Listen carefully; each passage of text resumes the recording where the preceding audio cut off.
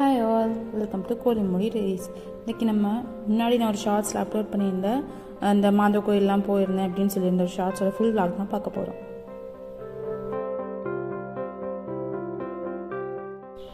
இதுதான் தூத்துக்குடியில் புதுசாக கட்டியிருக்க பஸ் ஸ்டாண்டு. ஓப்பன் பண்ணி 2 months கிட்டே இருக்கும். எங்களுக்கு போகிற வழியில் ஒரு சின்ன வேலை இருந்துச்சு. அதெல்லாம் முடிச்சுட்டு ஃபஸ்ட்டு மாதா கோயில் போனோம்.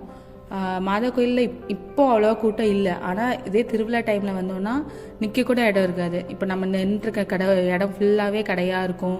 நிறையா அந்த கம்மல் ஐட்டம்லேருந்து அப்புறம் ராட்டினம், அப்புறம் இந்த ஃபுட் ஐட்டம்ஸ் நிறைய, இந்த டெல்லி அப்பளம் அது இது நிறைய இருக்கும்.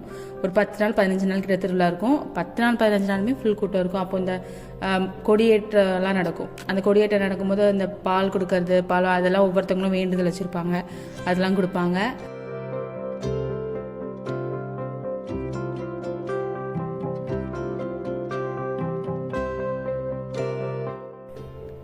நாங்கள் மாதா கோயிலெல்லாம் பார்த்துட்டு அப்படியே ரோஜ் பார்க் கிளம்பிட்டோம். ஒரு 6-6:30 இருக்கும். ஸோ வெயில்லாம் அப்போ கொஞ்சம் இதாகி கொஞ்சம் நல்லா இருந்துச்சு, வெயிலெலாம் இல்லை. அதனால் அப்போ கொஞ்சம் நேரம் நடந்துட்டு அங்கேருந்து பார்த்தாலே தெர்மல் பவர் பிளான்ட்லாம் தெரியும். ஸோ அதெல்லாம் பார்த்தோம்.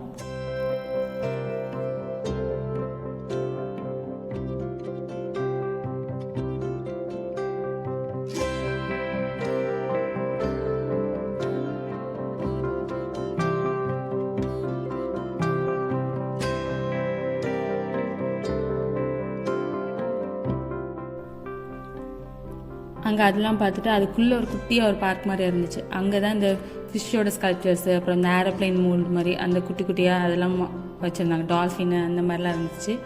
அதெல்லாம் பார்த்துட்டு அப்புறம் அங்கேருந்து ஒரு 6:30 தாண்டி ஒரு 7 கிட்ட அங்கேருந்து கிளம்பிட்டோம்.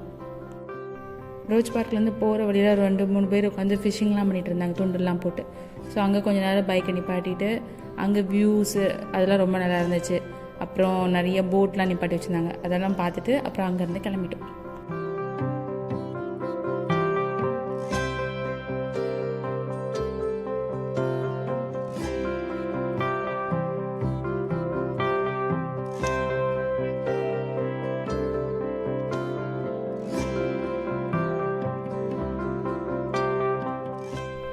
ரோஜ் பார்க் தாண்டி கொஞ்சம் அந்த சைட் போனோன்னா கொஞ்சம் இந்த கொடை மாதிரிலாம் வச்சு கொஞ்சம் நேரம் உட்காந்து ரெஸ்ட் எடுக்கிற மாதிரிலாம் கொஞ்சம் இடம் இருக்கும். அந்த சைட்லாம் கொஞ்சம் நேரம் போய் உட்காந்துட்டு அப்புறம் அங்கேருந்து நம்ம முத்துநகர் பீச் கிளம்பலாம் அப்படின்னு சொல்லிட்டு அங்கேருந்து கிளம்பியாச்சு. நம்ம அங்கே எல்லாம் பார்த்துட்டு அதுக்கப்புறம் நம்ம முத்துநகர் பீச் போகலாம் அப்படின்னு சொல்லி கிளம்பிட்டோம். போகிற வழியில் அந்த உப்பளம் அந்த சன்செட் ஆகிற அந்த டைம்லலாம் ரொம்ப நல்லா இருந்தது. அதெல்லாம் பார்த்துட்டு அதுக்கப்புறம் நம்ம முத்துநகர் பீச் போகிற வழியில் திரும்ப நம்ம மாதா கோயிலெலாம் க்ராஸ் பண்ணி தான் போகணும். அந்த ஸ்ட்ரீட்டே ரொம்ப நல்லாயிருக்கும். அந்த பழைய பிரிட்டிஷ் காலத்தில் உள்ள அந்த பில்டிங்ஸாக இருக்கும், பழைய பில்டிங்ஸ். அதெல்லாம் பார்க்க ரொம்ப நல்லாயிருக்கும். முத்துநகர் பீச் முன்னாடி நான் ஸ்கூல் படிக்கும் போதெல்லாம் கொஞ்சம் வித்தியாசமாக இருக்கும்.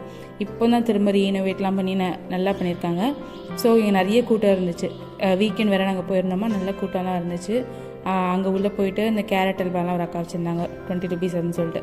ஸோ அதெல்லாம் வாங்கி சாப்பிட்டுட்டு அப்புறம் பருத்தி பால்லாம் குடிச்சிட்டு குட்டீஸ்க்கு நிறைய கேம்ஸ் வச்சுருந்தாங்க. அதெல்லாம் கொஞ்சம் நேரம் நின்று பார்த்துட்டு அப்புறம் நம்ம வீட்டுக்கு கிளம்பிட்டோம்.